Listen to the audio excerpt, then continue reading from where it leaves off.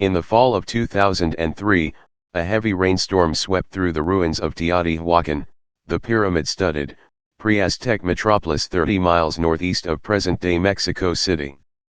Dig sites sloshed over with water, a torrent of mud and debris coursed past rows of souvenir stands at the main entrance.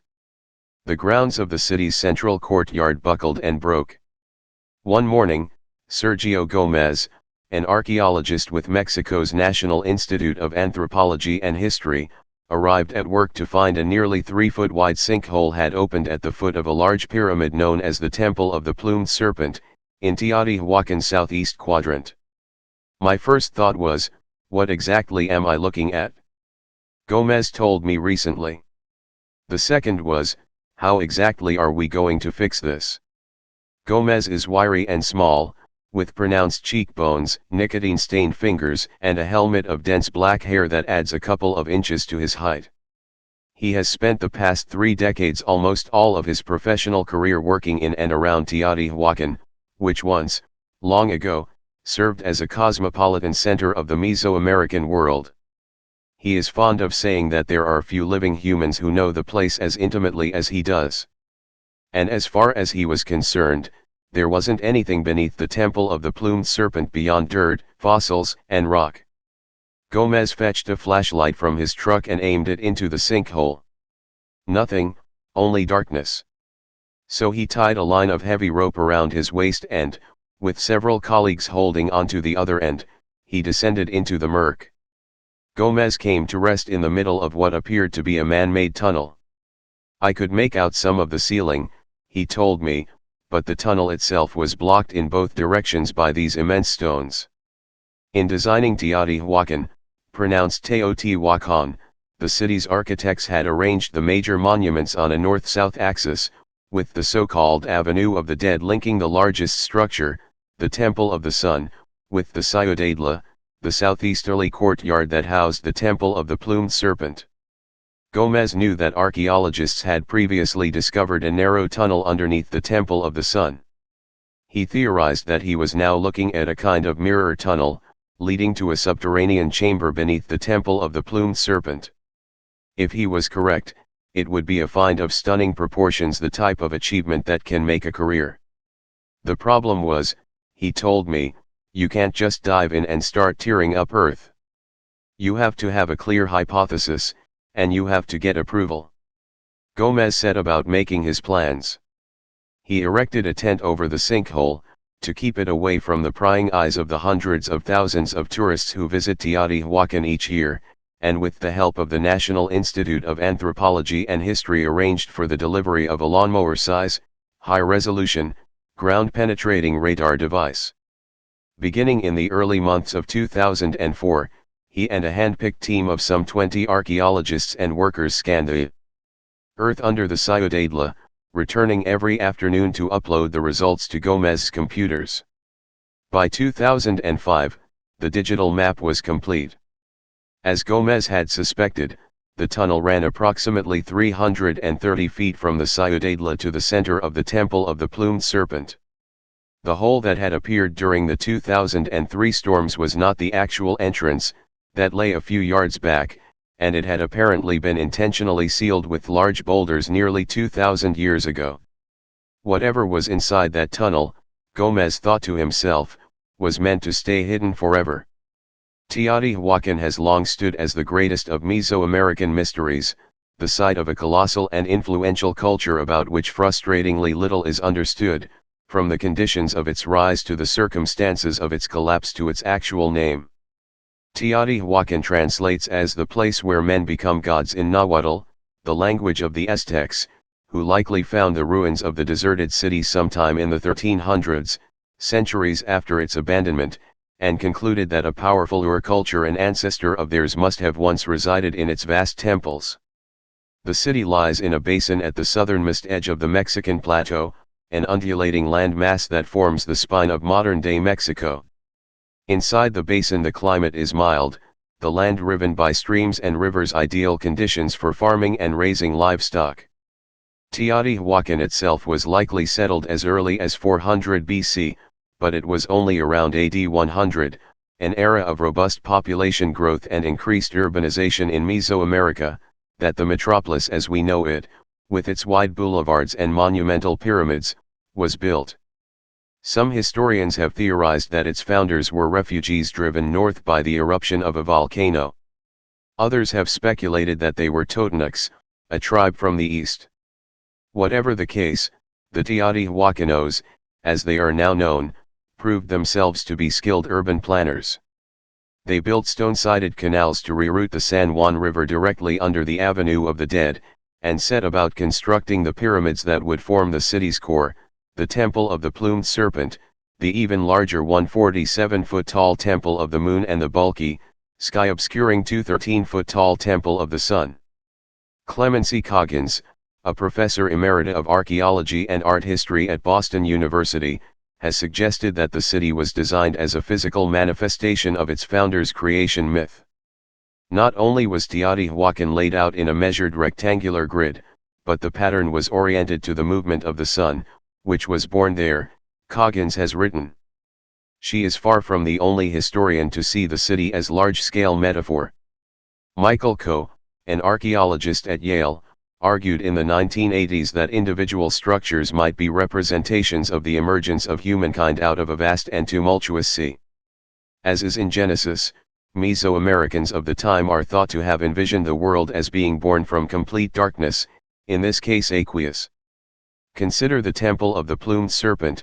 Coe suggested the same temple that hid Sergio Gomez's tunnel. The structure's facade was splashed with what Coggins called marine motifs, shells and what appear to be waves. Coe wrote that the temple represents the initial creation of the universe from a watery void. Recent evidence suggests that the religion practiced in these pyramids bore a resemblance to the religion practiced in the contemporaneous Mayan cities of Tikal and El Mirador, hundreds of miles to the southeast, the worshipping of the sun and moon and stars, the veneration of a Quetzalcoatl-like plumed serpent, the frequent occurrence, in painting and sculpture, of a jaguar that doubles as deity and protector of men. Yet peaceful ritual was apparently not always enough to sustain the Teotihuacanos' connection to their gods. In 2004, Saburo Sugiyama, an anthropologist from the University of Japan and Arizona State University, who has spent decades studying Teotihuacan, and Ruben Cabrera, of Mexico's National Institute of Anthropology and History, located a vault under the Temple of the Moon that held the remains of an array of wild animals, including jungle cats and eagles, along with 12 human corpses, 10 missing their heads. It is hard to believe that the ritual consisted of clean symbolic performances, Sugiyama said at the time. It is most likely that the ceremony created a horrible scene of bloodshed with sacrificed people and animals. Between AD 150 and 300, Teotihuacan grew rapidly. Locals harvested beans, avocados, peppers and squash on fields raised in the middle of shallow lakes and swampland, a technique known as chinampa, and kept chickens and turkeys. Several heavily trafficked trade routes were established, linking Teotihuacan to obsidian quarries in Pachuca and cacao groves near the Gulf of Mexico. Cotton came in from the Pacific coast, ceramics from Veracruz. By AD 400, Teotihuacan had become the most powerful and influential city in the region. Residential neighborhoods sprang up in concentric circles around the city center, eventually comprising thousands of individual family dwellings, not dissimilar to single-story apartments, that together may have housed 200,000 people. Recent fieldwork by scholars like David Carballo, of Boston University, has revealed the sheer diversity of the citizenry of Teotihuacan, judging by artifacts and paintings found inside surviving structures. Residents came to Teotihuacan from as far afield as Chiapas and the Yucatan. There were likely Mayan neighborhoods, and Zapotec ones. As the scholar Miguel Angel Torres, an official at Mexico's National Institute for Anthropology and History, told me recently, Teotihuacan was probably one of the first major melting pots in the Western Hemisphere. I believe that the city grew a little like modern Manhattan, Torres says. You walk around through these different neighborhoods, Spanish Harlem, Chinatown, Koreatown. But together, the city functions as one, in harmony. The harmony did not last. There is a hint, in the demolition of some of the sculptures that adorn the temples and monuments, of periodic regime change in the ruling class of Teotihuacán, and, in the depiction of shield and spear-toting warriors, of clashes with other local city-states. Perhaps, as several archaeologists suggested to me, civil war swept through Teotihuacán, culminating in a fire that seems to have damaged vast sections of the interior of the city around AD 550. Perhaps the fire was caused by a visiting army. Perhaps a large-scale migration occurred. In AD 750, nearly 700 years after it was established, the city of Teotihuacán was abandoned, its monuments still filled with treasures and artifacts and bones, its buildings left to be eaten by the surrounding brush.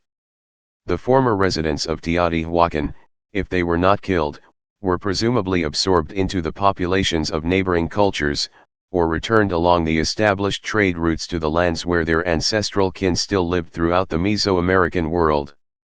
They took their secrets with them. Today, even after more than a century of excavation at the site, there is an extraordinary amount we do not know about the Teotihuacanos. They did have some kind of quasi-hieroglyphic written language, but we haven't cracked it. We don't know what tongue was spoken inside the city, or even what the natives called the place.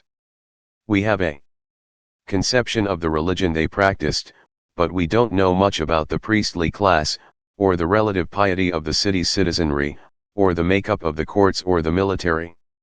We don't know exactly what led to the city's founding, or who ruled over it during its half-millennium of dominance, or what exactly caused its fall.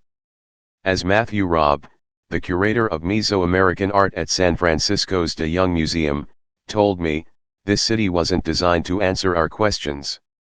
In archaeology and anthropology circles, to say nothing of the popular press, Sergio Gómez's discovery was greeted as a major turning point in Teotihuacan studies.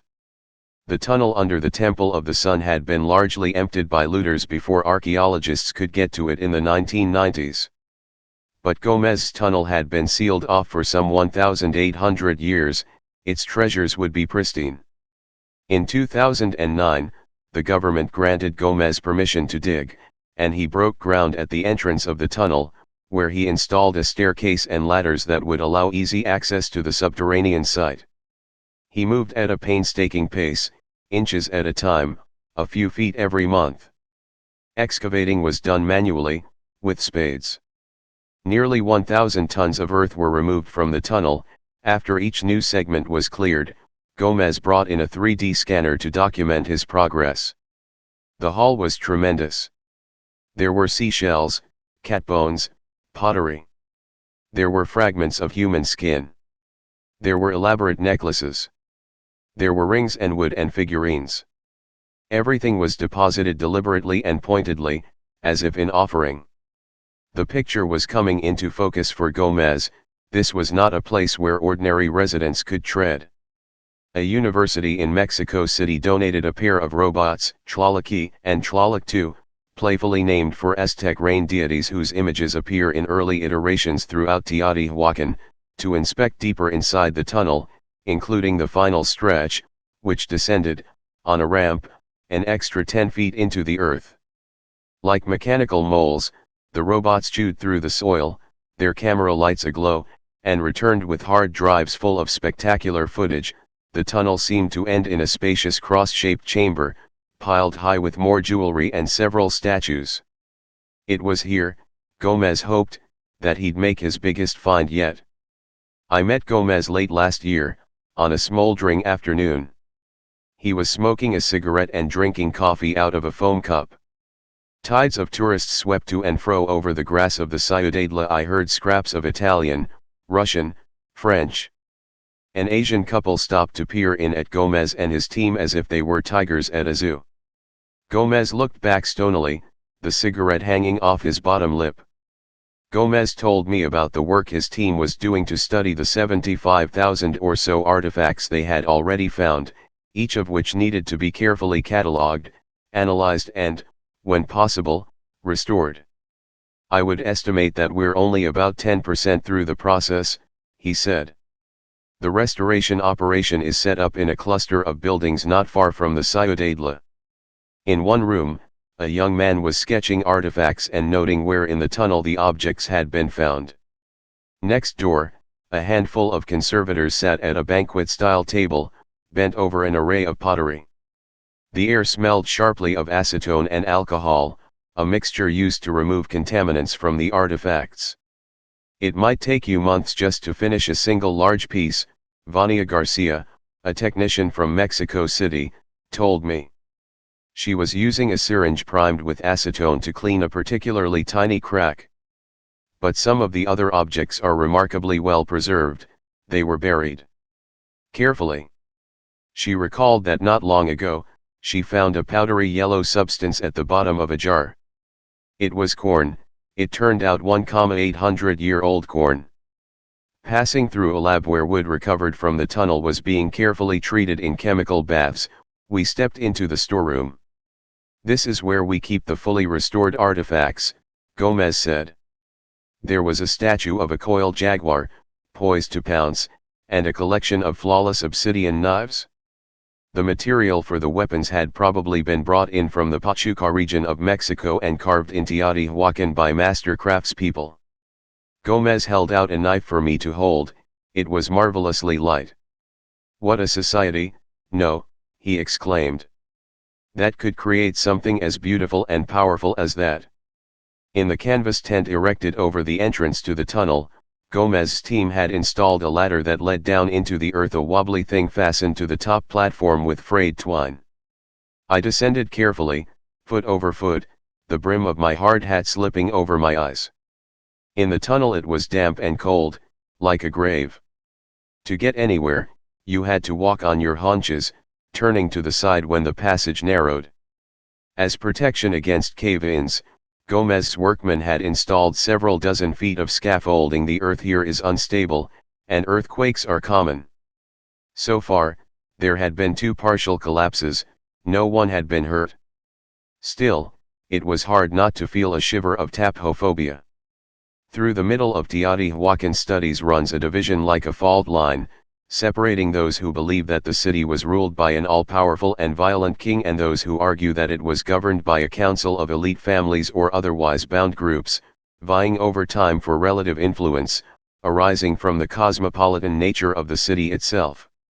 The first camp, which includes experts like Saburo Sugiyama, has precedent on its side. The Maya, for instance, are famous for their warlike kings, but unlike Mayan cities, where rulers had their visages festooned on buildings and where they were buried in opulent tombs, Teotihuacán has offered up no such decorations, nor tombs.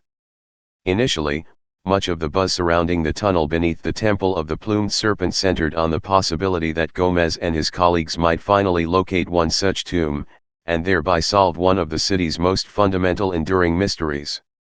Gomez himself has entertained the idea. But as we clambered through the tunnel, he laid out a hypothesis that seemed to stem more directly from the mythological readings of the city laid out by scholars like Clemency Coggins and Michael Coe. 50 feet in, we stopped at a small inlet carved into the wall. Not long before, Gomez and his colleagues had discovered traces of mercury in the tunnel, which Gomez believed served as symbolic representations of water, as well as the mineral pyrite, which was embedded in the rock by hand. In semi-darkness, Gomez explained, the shards of pyrite emit a throbbing, metallic glow. To demonstrate, he unscrewed the nearest light bulb. The pyrite came to life, like a distant galaxy.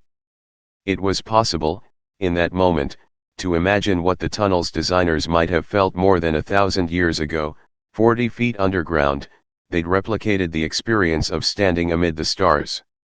If, Gomez suggested, it was true that the layout of the city proper was meant to stand in for the universe and its creation, might the tunnel, beneath the temple devoted to an all-encompassing aqueous past, represent a world outside of time, an underworld, or a world before, not the world of the living but of the dead. Up above, there was the temple of the sun and the eternal day.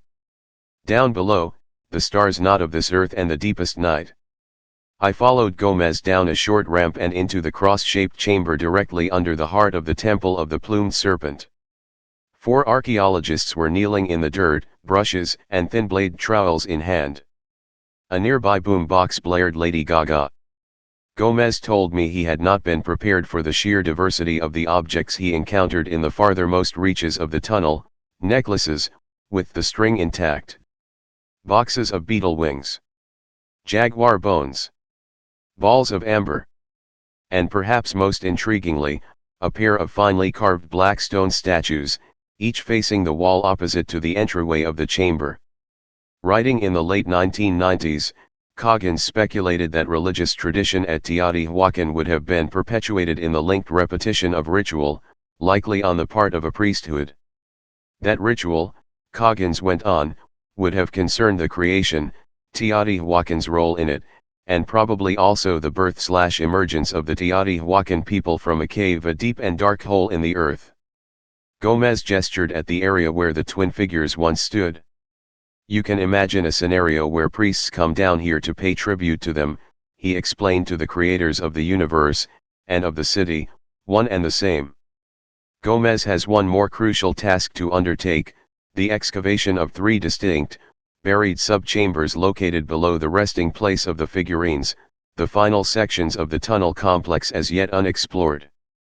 Some scholars speculate that the elaborate ritual offerings on display here, and the presence of pyrite and mercury, which held known associations with the supernatural among ancient Mesoamericans, provide further evidence that the buried sub-chambers represent the entryway to a particular type of underworld, the place where the city's ruler departed the world of the living.